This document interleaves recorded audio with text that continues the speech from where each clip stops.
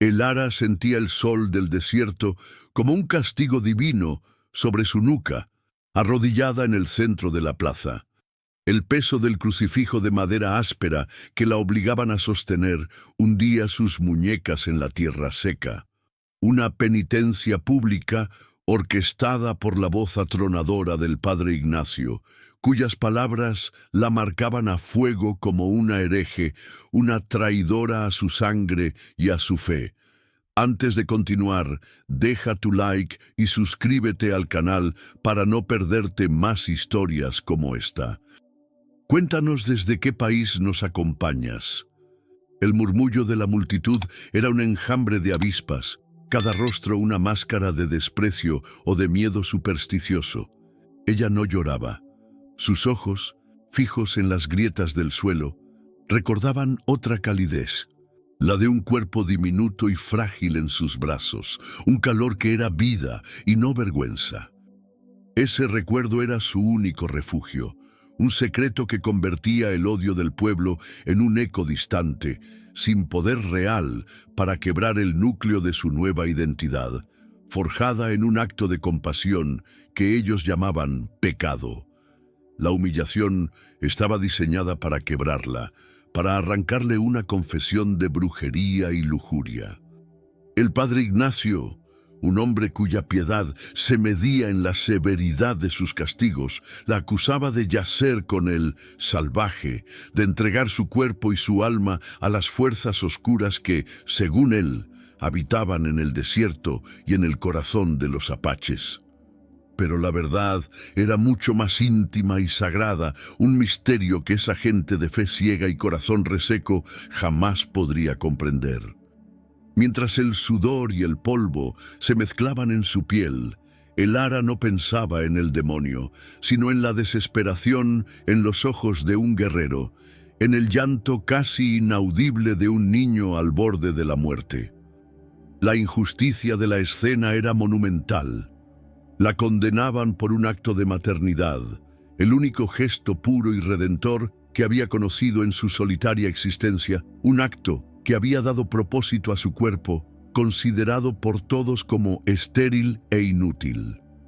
Como prueba irrefutable de su pacto con el diablo, el sacerdote levantó un pequeño atado de hierbas secas y una pluma de halcón, objetos que Nokai le había dejado en señal de gratitud. Para la multitud eran símbolos paganos, evidencia de su traición. Para el Ara eran un lenguaje, la salvia para purificar el aire, la pluma para la valentía. Eran poemas silenciosos de un mundo que respiraba al ritmo de la tierra, no al de las campanas de la iglesia. El padre Ignacio las arrojó al suelo con desdén, pisoteándolas como si aplastara una serpiente. Esta mujer ha alimentado al cachorro del lobo con la leche que pertenece a los hijos de Dios, gritó, y su acusación resonó en el aire caliente, sellando el destino de el Ara. Ella cerró los ojos, no para rezar, sino para volver a la noche en que todo comenzó, la noche en que el verdadero milagro no fue divino, sino humano. Mucho antes de la plaza y el crucifijo, la vida de el Ara era otra forma de penitencia, una más silenciosa y larga. Huérfana desde que la fiebre se llevó a sus padres, creció bajo el techo de sus tíos, dueños de la única panadería del polvoriento pueblo.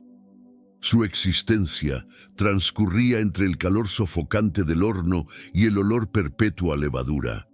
Un aroma que para otros era sinónimo de hogar, pero para ella era el aliento de su jaula. Sus manos, pequeñas y curiosas, aprendieron a amasar el pan antes que a escribir su nombre. La harina, un polvo blanco y fino, lo cubría todo: su ropa, su cabello, sus pestañas. Era como si el pueblo entero conspirara para blanquear su espíritu, para borrar cualquier rastro de la naturaleza salvaje que latía en sus venas, un legado invisible de su madre, quien también amaba el desierto más que la iglesia. Su tía era una mujer de piedad dura y gestos afilados, que veía en la naturaleza soñadora de el Ara una ofensa a Dios. La ociosidad es la madre de todos los vicios.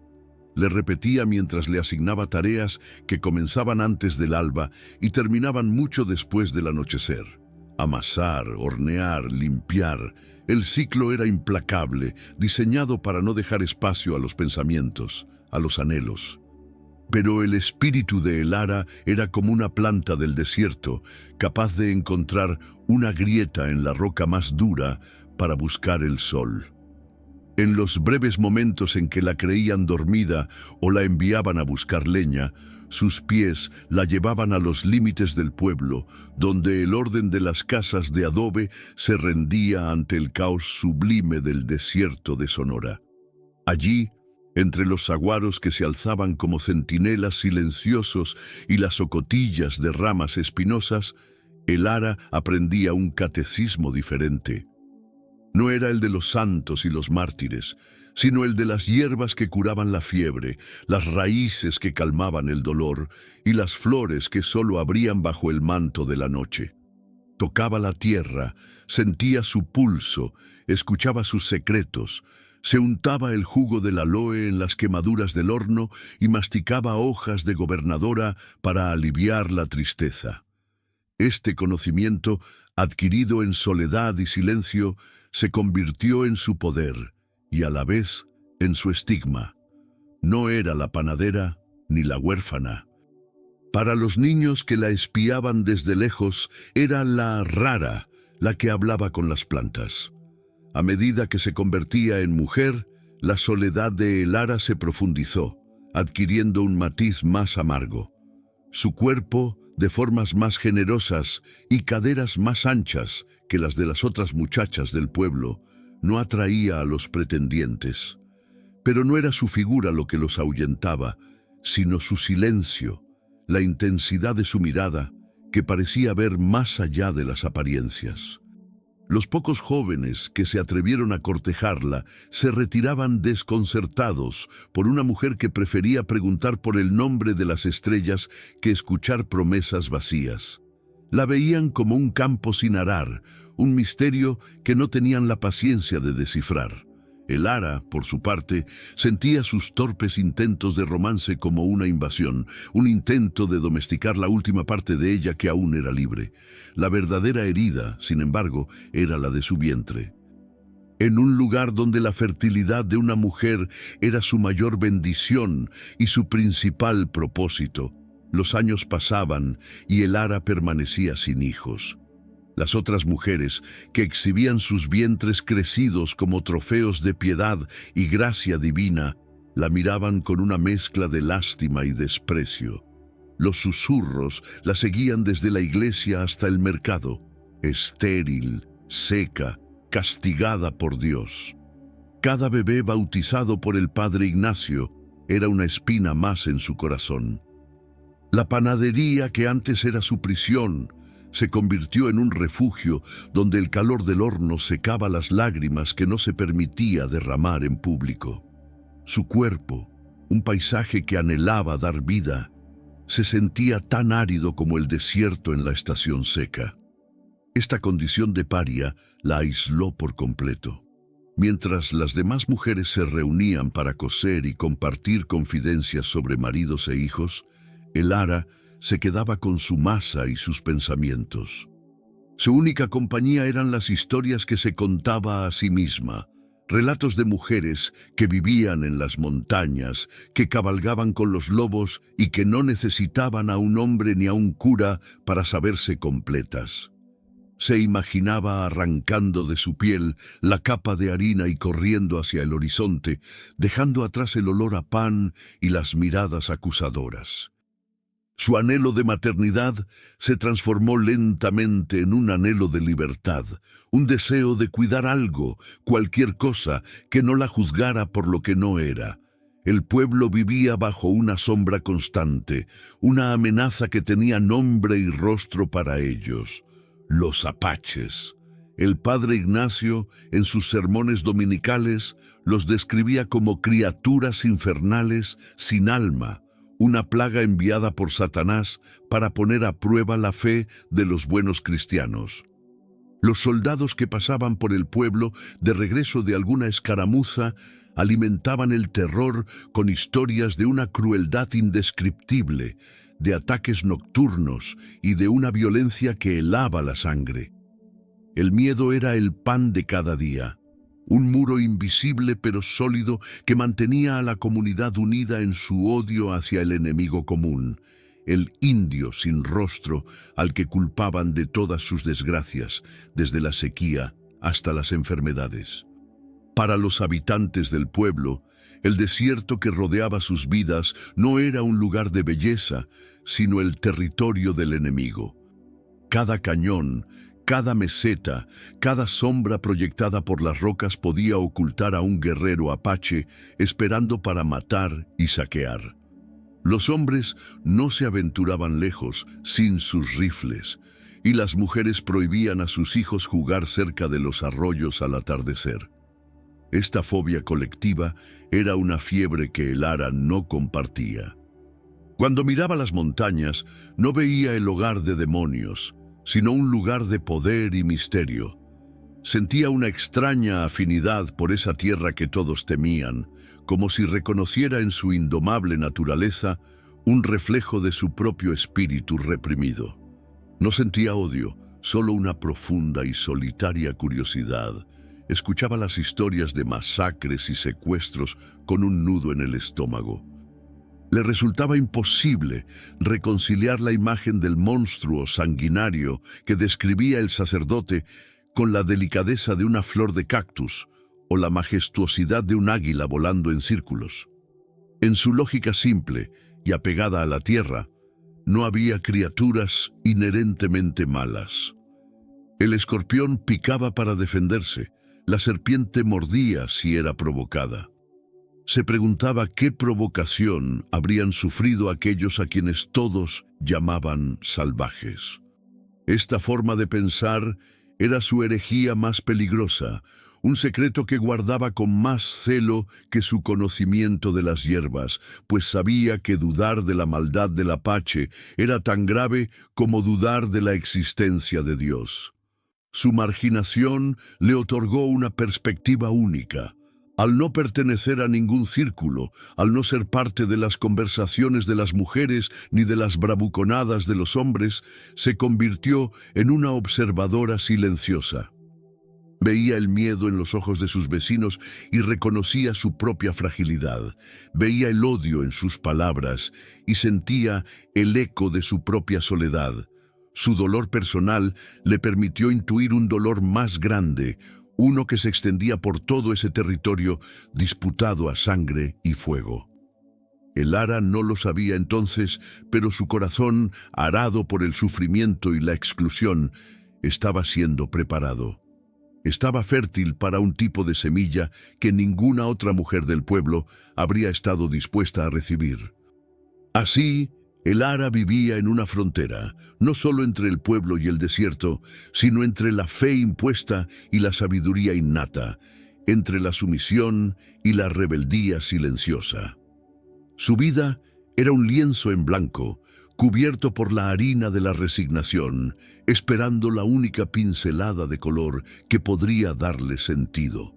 Anhelaba una conexión tan real y tangible como la tierra bajo sus pies, un propósito que fuera más allá de hornear el pan para un pueblo que la despreciaba. La soledad la había vaciado, pero también la había limpiado, dejando un espacio hueco y sagrado que pronto sería llenado de la forma más inesperada y peligrosa posible. El escenario de su vida estaba listo. La protagonista, una mujer considerada incompleta por todos, estaba a punto de encontrar su plenitud en el acto más transgresor imaginable. La opresión de su pasado, la crueldad de su presente y el miedo que envenenaba el aire, todo convergería en una sola noche de tormenta. Una noche en que la frontera entre el odio y la compasión se desdibujaría por completo con la llegada de un extraño que no vendría a pedir pan, sino algo infinitamente más preciado, algo que solo el Ara, la mujer estéril, la paria, la bruja silenciosa, podía darle. Su verdadera historia estaba a punto de comenzar. La noche llegó con la furia de un dios vengativo. Una tormenta eléctrica partía el cielo sobre Sonora, y el viento aullaba como un animal herido, azotando la lluvia contra las paredes de adobe del pueblo. Dentro de la panadería, el aire era espeso y cálido por el calor residual del horno. El Lara no podía dormir. El estruendo de los truenos parecía agitar algo antiguo y dormido en su interior. Fue entonces cuando lo vio, a través de la pequeña ventana trasera que daba al desierto. No era una sombra, era una ausencia de luz, una figura recortada contra el relámpago, inmóvil bajo el diluvio. El miedo, frío y paralizante, se apoderó de ella. Era uno de ellos, un apache.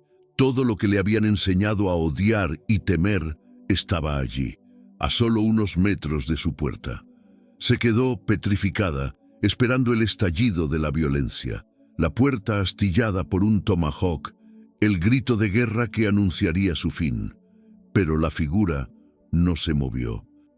Solo permanecía allí, como si fuera parte de la misma tormenta, un hombre hecho de noche y de lluvia. El Lara, con el corazón martilleando en su garganta, se acercó lentamente a la puerta, su mano temblando sobre el cerrojo. Fue entonces cuando un relámpago iluminó la escena con una claridad brutal. El hombre no sostenía un rifle, sino un bulto envuelto en piel de venado. Y del bulto emergía el sonido más frágil y desolador que el Lara había escuchado jamás. El llanto entrecortado y débil de un recién nacido, un sonido casi devorado por la tormenta. El guerrero dio un paso adelante, saliendo de la cortina de agua. Su rostro, tallado por el sol y el sufrimiento, era una máscara de orgullo y agotamiento. Tenía los pómulos altos y una cicatriz que cruzaba una ceja, pero sus ojos oscuros no contenían amenaza, sino una súplica tan profunda y antigua como el propio desierto. No dijo una palabra. El lenguaje habría sido inútil entre ellos, un puente demasiado frágil. En su lugar, levantó el pequeño bulto, descubriendo el rostro diminuto y pálido del bebé.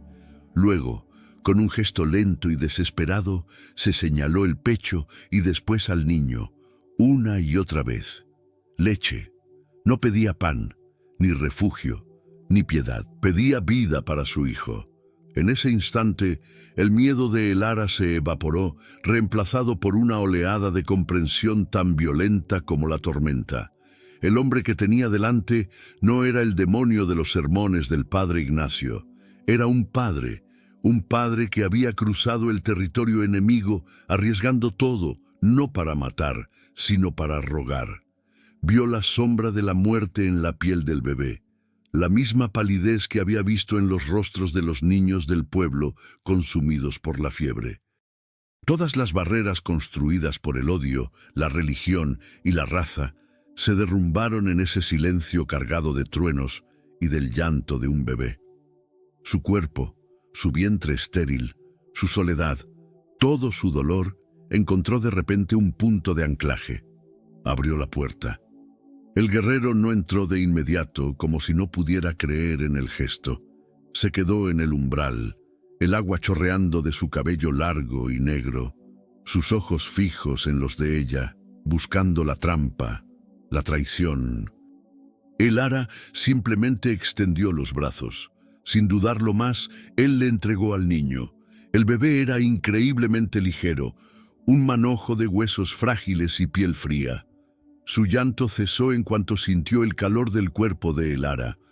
Lo acunó contra su pecho, llevándolo hacia el resplandor moribundo del horno, su único santuario. El guerrero observaba desde la puerta, sin cruzarla, un guardián silencioso entre dos mundos, su figura recortada por la noche y la tormenta. El Lara se sentó en el suelo de tierra, junto a las cenizas calientes. Desabrochó su camisón con dedos torpes y urgentes. Por un momento, la duda la asaltó. ¿Cómo podía ella, la mujer seca, la estéril, ofrecer algo que nunca había tenido? Era una locura, una burla del destino. pero cuando acercó al bebé a su pecho, sintió una sacudida, una respuesta ancestral de su cuerpo, un milagro silencioso y profano. El pequeño, con el instinto desesperado de los moribundos, encontró su pezón y se aferró a él con una fuerza que desmentía su fragilidad. Y entonces ocurrió. La leche fluyó. Un calor líquido y dulce, una vida que ella no sabía que poseía, brotó para alimentar al hijo de su enemigo. Levantó la vista hacia la puerta. El guerrero apache seguía allí, inmóvil, pero su rostro había cambiado. La máscara de orgullo se había resquebrajado y en sus ojos oscuros Elara vio algo que la conmovió más que cualquier palabra, el brillo de las lágrimas contenidas. La gratitud en su mirada era tan inmensa, tan abrumadora, que llenó todo el espacio entre ellos. No eran un hombre y una mujer, un apache y una mexicana. Eran algo mucho más primario, un padre aterrorizado y una madre inesperada, unidos por el milagro silencioso que se obraba en el regazo de ella. El mundo exterior, con su odio y sus fronteras, había dejado de existir. El niño mamaba con avidez, sus pequeñas manos aferradas al camisón de Elara. El calor empezó a volver a su cuerpo, un leve rubor tiñendo sus mejillas pálidas. Elara le acarició la cabeza, sintiendo el cabello fino y suave bajo sus dedos. Nunca en su vida se había sentido tan completa, tan útil, tan llena de propósito. Cada gota de leche que daba era un acto de rebelión contra el pueblo que la había despreciado, contra el Dios que la había declarado infértil, contra el destino que la había condenado a la soledad. No estaba alimentando solo al bebé, estaba alimentando su propia alma hambrienta, sanando las heridas de años de vergüenza y vacío. Cuando el bebé finalmente se quedó dormido, saciado y tibio, un silencio profundo se instaló en la habitación, solo roto por el sonido de la lluvia amainando. Elara lo envolvió con cuidado en una manta de lana limpia y se levantó. Se acercó a la puerta y le devolvió el niño a su padre. Sus manos se rozaron por un instante, un contacto fugaz que transmitió más que 1000 conversaciones. Él tomó a su hijo, ahora dormido y en paz, y lo sostuvo contra su pecho como el tesoro más grande del mundo. Por primera vez, sus labios se movieron, pronunciando una sola palabra en su lengua, una palabra suave que sonó como una oración. Luego, sin más, se dio la vuelta y desapareció en la oscuridad, tan silenciosamente como había llegado. La primera noche se convirtió en una rutina sagrada, un ritual secreto tejido en la oscuridad. Cada vez que el pueblo se sumía en el silencio, Nokai aparecía en el umbral de la panadería, una silueta paciente recortada contra el cielo estrellado del desierto. Ya no había miedo en Elara, solo una serena expectación. Él le entregaba al pequeño, a quien en su mente había nombrado Tayen, luna nueva, y ella lo alimentaba junto al calor del horno. Eran momentos de una paz casi litúrgica, donde los únicos sonidos eran la respiración del bebé, el suave murmullo de la succión y el crepitar de las últimas brasas. Nokai nunca entraba del todo, se quedaba en el umbral, un pie en el mundo salvaje y otro en el santuario de ella, vigilando. El silencio entre ellos era un lenguaje propio. Se comunicaban a través de miradas, de pequeños gestos. Él observaba las manos de Elara, cubiertas de harina durante el día, ahora limpias y gentiles mientras acunaban a su hijo. Ella observaba la tensión en los hombros de él, que solo se relajaba cuando veía a Tayen dormirse, harto y seguro. Un día, al marcharse, Nokai dejó una piedra lisa y oscura sobre el alféizar de la ventana. Al día siguiente, Elara le dejó un pequeño pan de anís, aún tibio. Así comenzó su diálogo, una conversación de ofrendas que trascendía las palabras. Él le traía plumas, raíces de formas extrañas, flores del desierto que se marchitaban al amanecer. Ella le daba pan, queso fresco, un trozo de fruta. Una noche, mientras ella mecía a Tallien, señaló con la cabeza un manojo de hierbas que secaba colgado de una viga. «Gobernadora», susurró ella en español. Él la miró, luego al manojo, y pronunció una palabra gutural y suave en su lengua chiricahua. Repitió la palabra señalando la planta hasta que ella pudo imitar el sonido. A la noche siguiente fue él quien señaló el pan. «Pan», dijo ella. Él repitió la palabra, su voz grave dándole una nueva resonancia. Aprendieron las palabras esenciales: agua, sueño, luna, dolor. Cada palabra era un ladrillo con el que construían un frágil puente sobre el abismo de odio que separaba sus mundos, un puente que solo existía para ellos dos. Nokai comenzó a compartir fragmentos de su dolor, no con historias, sino con silencios cargados de memoria. A veces, mientras miraba a Tallien dormir en el regazo de Elara, una sombra de inmensa tristeza cruzaba su rostro. Una noche, mientras el niño sonreía en sueños, él susurró un nombre de mujer: Ishkeinai. No explicó más, pero Elara comprendió.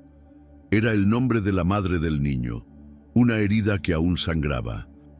Ella no preguntó, simplemente colocó una mano sobre el brazo de Nokai, un gesto de consuelo que él aceptó sin retroceder. En esa quietud, Elara sintió que su propia soledad se aliviaba, pues en el dolor de él encontraba un espejo del suyo. Animada por su confianza, Elara también comenzó a hablar. Le contó sobre el peso de la harina en sus pulmones, sobre el silencio de la casa de sus tíos, sobre las miradas de lástima en la iglesia. Le habló de su anhelo por el desierto, de su amor por las plantas que todos despreciaban. Nokai escuchaba con una atención inquebrantable.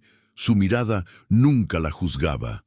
Él no veía a la mujer estéril o a la rara del pueblo.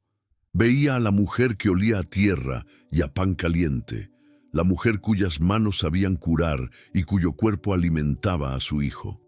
Por primera vez en su vida, Elara se sentía completamente vista, aceptada en su totalidad, con sus rarezas y sus dones. La conexión entre ellos se estaba volviendo peligrosamente profunda. Ya no era solo por el bebé, había un respeto mutuo que crecía con cada encuentro. Él admiraba su fortaleza silenciosa, su sabiduría innata. Ella admiraba su devoción de padre, su dignidad en medio del sufrimiento. Empezó a notar pequeños detalles en él, la forma en que sus ojos se suavizaban al mirar a Tallien, la manera en que sus manos, hechas para la guerra, podían ser increíblemente gentiles. Él empezó a ver más allá de la función de nodriza, veía la tristeza en sus ojos, la sonrisa que rara vez se permitía y la belleza que el pueblo se negaba a reconocer. Una noche, la tragedia amenazó su frágil mundo. Tallien ardía en fiebre. Su pequeño cuerpo estaba convulsionado por escalofríos y su respiración era un silbido agudo. Los remedios que Elara conocía del pueblo no surtían efecto. El pánico se apoderó de ella, pero al ver el terror desnudo en los ojos de Nokai, supo que debía actuar. Dejó al niño en sus brazos y corrió hacia la oscuridad del patio trasero, volviendo con raíces de osha y hojas de sauce que guardaba escondidas bajo una loza. Eran medicinas prohibidas, las que el padre Ignacio llamaría hechicería. Eran la única esperanza que les quedaba. Nokai la observó moler las raíces y preparar una infusión, su rostro una mezcla de desconfianza y desesperación. La medicina de su pueblo era diferente, ligada a cantos y rituales que él no podía realizar allí. Vio la determinación en el rostro de Elara, la seguridad en sus movimientos. Confiar en ella era un acto de fe, una traición a sus propias tradiciones, pero la vida de su hijo estaba en juego. Asintió lentamente, entregándole de nuevo al bebé. Le dio a beber el brebaje amargo, gota a gota, y luego aplicó un emplasto de hojas machacadas en su pequeño pecho ardiente. Pasaron la noche juntos, en vela, por primera vez dentro de la misma habitación. Nokai se sentó contra la pared, vigilando, mientras Elara sostenía a Tayen, refrescando su frente con paños húmedos y susurrándole palabras de aliento, como si le cantara una canción de cuna olvidada. Compartieron el silencio, el miedo, la esperanza. Vieron cómo la luna recorría el cielo a través de la pequeña ventana.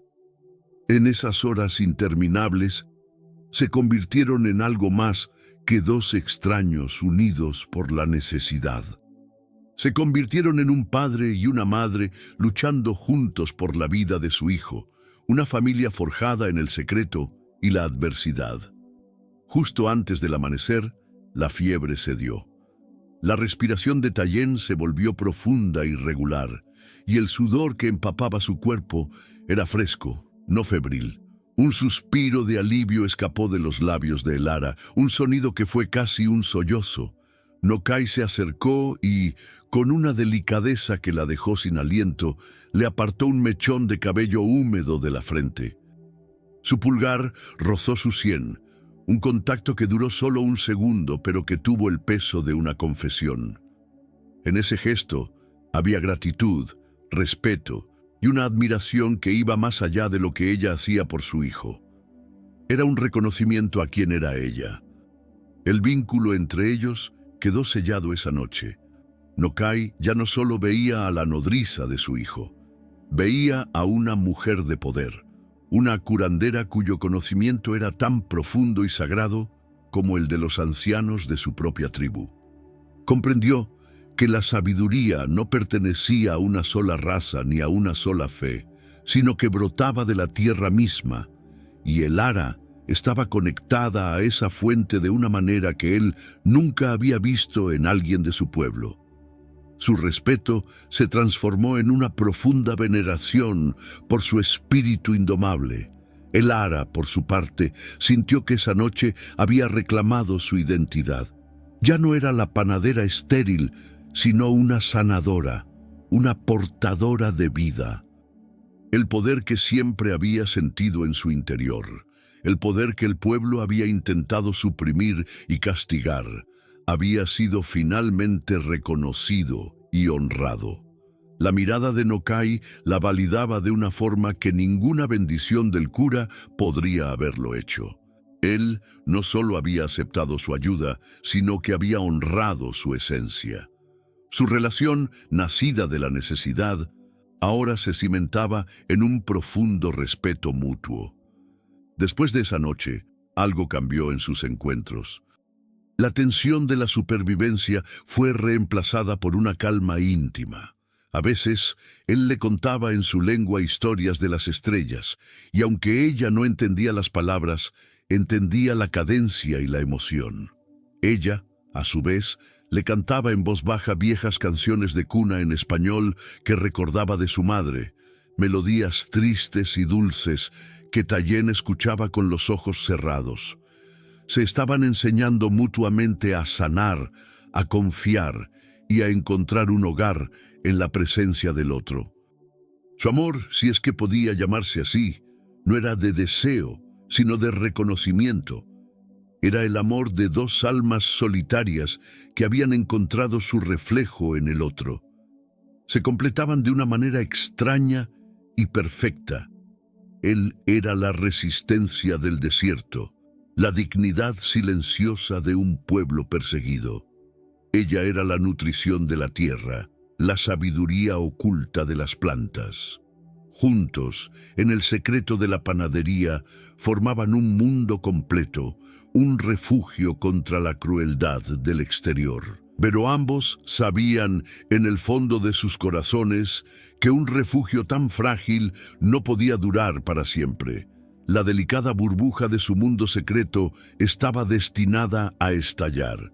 Quien la rompió no fue un enemigo, sino la amargura de su propia tía, una mujer que confundía la piedad con la vigilancia.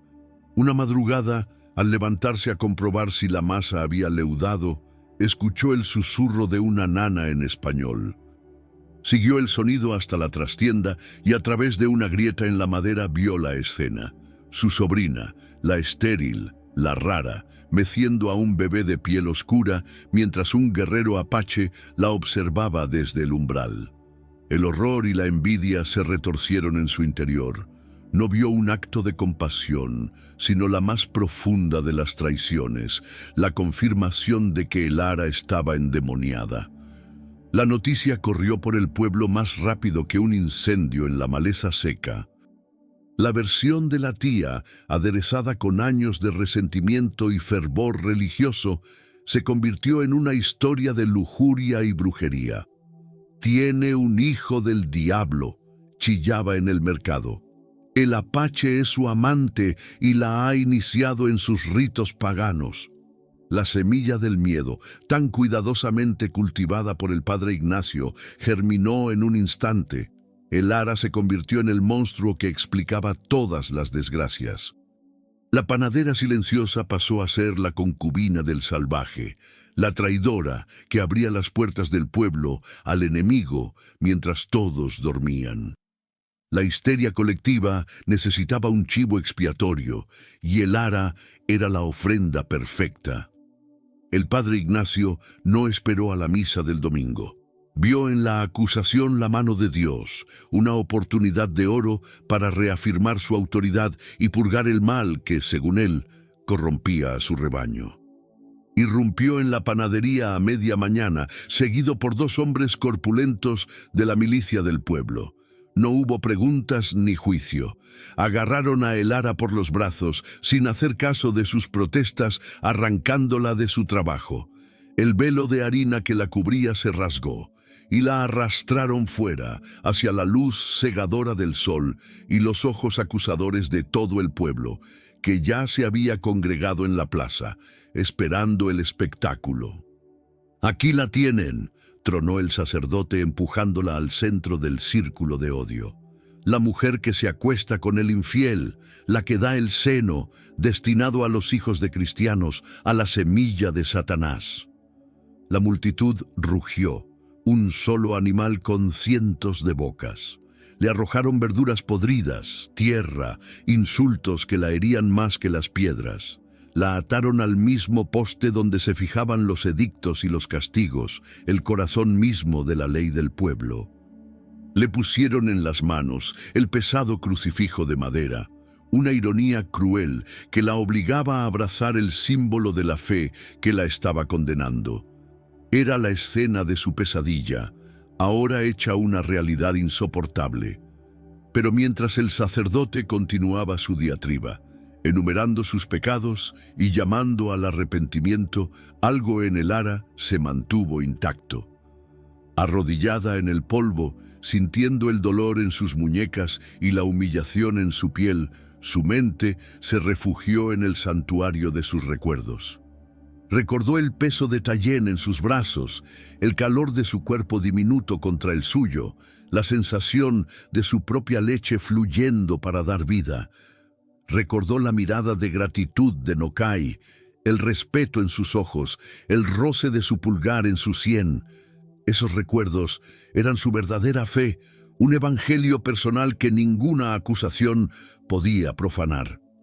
El odio de ellos era ruidoso y violento, pero su amor secreto era silencioso e indestructible. Su serenidad enfureció aún más al padre Ignacio.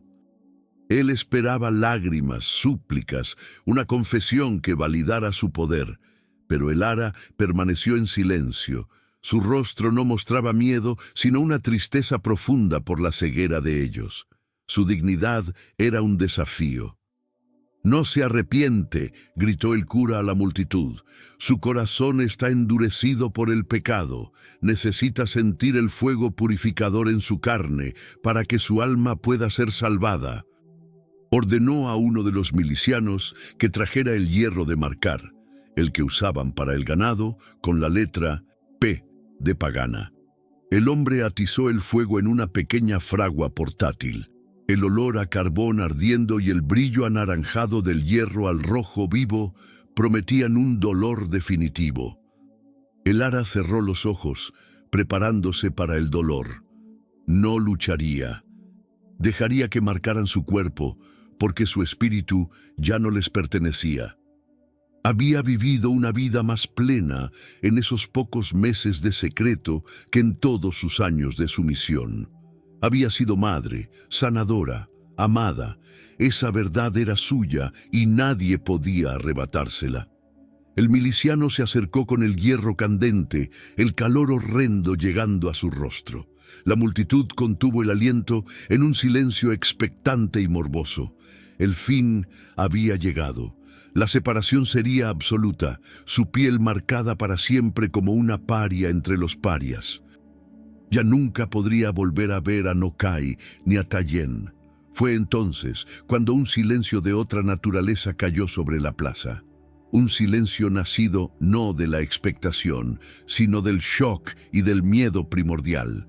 La multitud, que había estado presionando hacia adelante, retrocedió como una sola ola, abriendo un pasillo en medio de la plaza.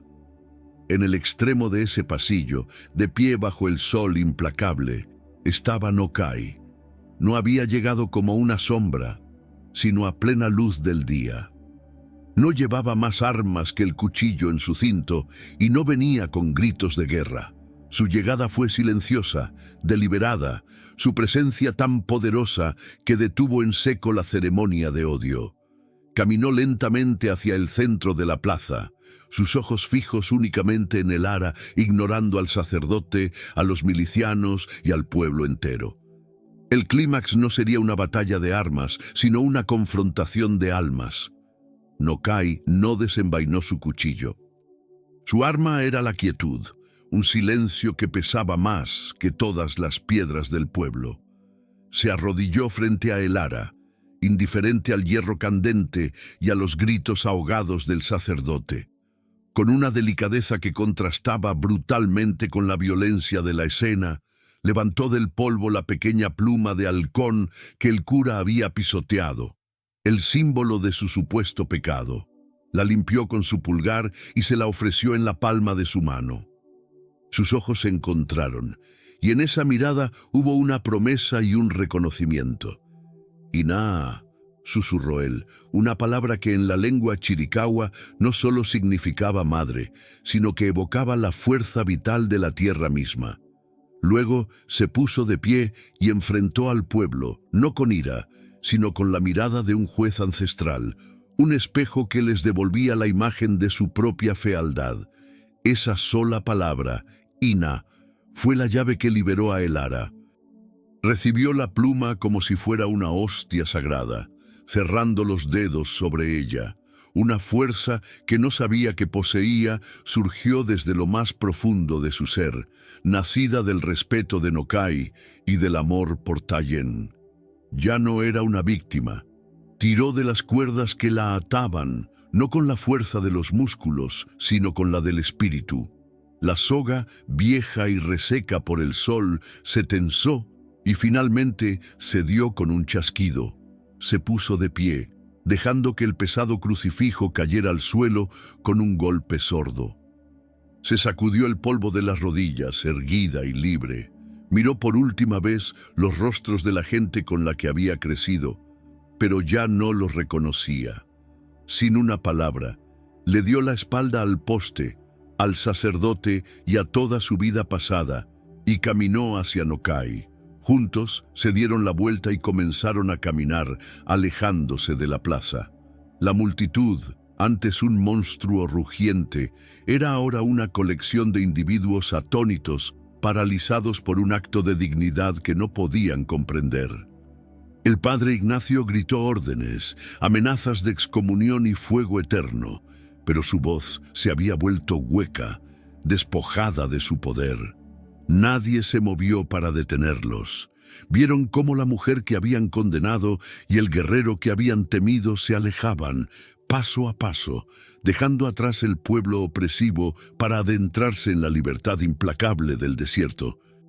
No caminaban como amantes que huyen, sino como dos soberanos de un reino de dolor y respeto, una nación de dos que se dirigía hacia el horizonte de las montañas, su único y verdadero hogar.